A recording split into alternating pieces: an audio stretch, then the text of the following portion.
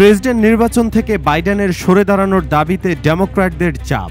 বাইডেনের মানসিক স্থিতিশীলতা নিয়ে প্রশ্ন।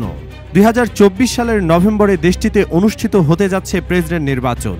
এবারের নির্বাচনের সবগুলো ধাপ পার করেই ডেমোক্র্যাট প্রার্থী হিসেবে অংশ নিচ্ছেন বর্তমান প্রেসিডেন্ট জো বাইডেন।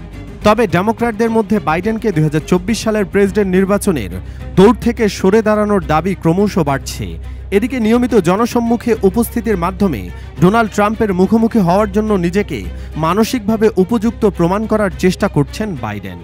রবিবার পেনসিলভানিয়ার দুটি প্রচার কার্যক্রমের পর বাইডেনের টেলিভিশন সাক্ষাৎকার ডেমোক্র্যাটদের আশ্বস্ত করতে ব্যর্থ হয়।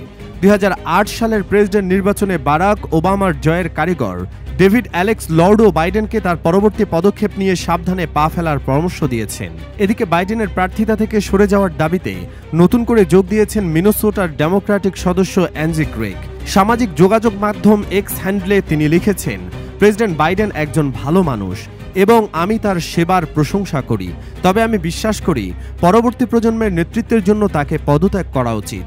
এনবিসি নিউজের প্রতিবেদন অনুসারে হাউসের ডেমোক্র্যাট নেতা হাকিম জেফ্রিজ রবিবার তার সহকর্মীদের সঙ্গে প্রেসিডেন্টের প্রার্থিতা নিয়ে আলোচনা করবেন।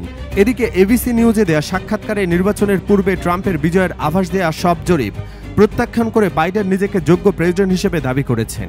এ সময় নিজের মানসিক ভারসাম্য ঠিক আছে জানিয়ে তিনি বলেন, আমি প্রতিদিনই পরীক্ষা করি আমার মস্তিষ্ক ঠিকভাবে কাজ করছে কিনা, কারণ আমি বিশ্ব চালাচ্ছি।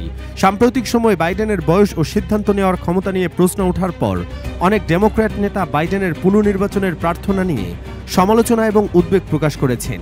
তারা বিশ্বাস করেন বাইডেনের এখন নির্বাচন থেকে সরে দাঁড়ানো উচিত। তবে বাইডেন সরে গেলে দলের সম্ভাব্য প্রার্থী হিসেবে যাদের মনোনয়ন দেওয়া হতে পারে তাদের অনেকেই এখনও বাইডেনের প্রতি সমর্থন ধরে রেখেছেন।